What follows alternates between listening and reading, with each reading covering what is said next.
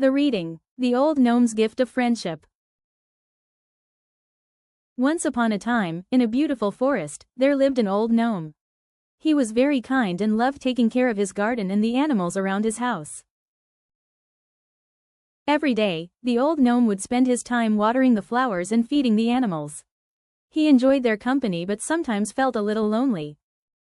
To overcome his loneliness, the old gnome would take walks along the paths in the forest, hoping to meet other gnomes and make a friend.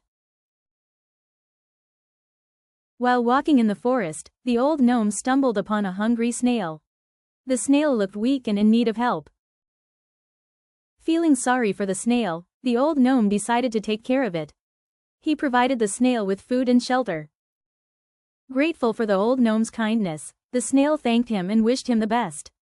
The old gnome felt happy to have helped the snail.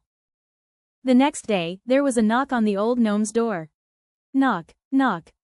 To his surprise, there stood another old gnome. He had come to visit.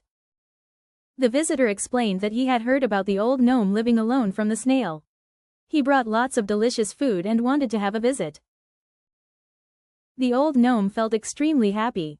He realized that it was his kindness towards the snail that had brought him this visitor. From that day forward, the old gnome and his visitor became good friends. They spent time together and creating beautiful memories. The old gnome was no longer alone, and he felt grateful for the friendship he had found. The end.